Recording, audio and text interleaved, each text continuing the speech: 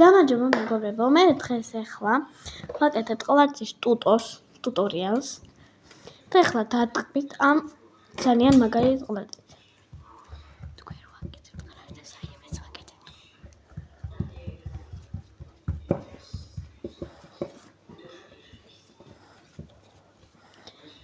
ძალიან მომინდათ ყლარწის გაკეთება, ეს მე თვითონ გავაკეთე. ამის შემდეგ ვიდეოში იქნება ამის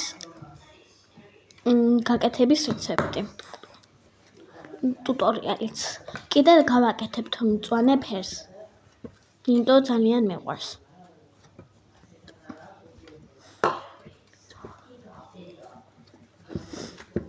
ეხლა დატკბით ამ სილამაზით.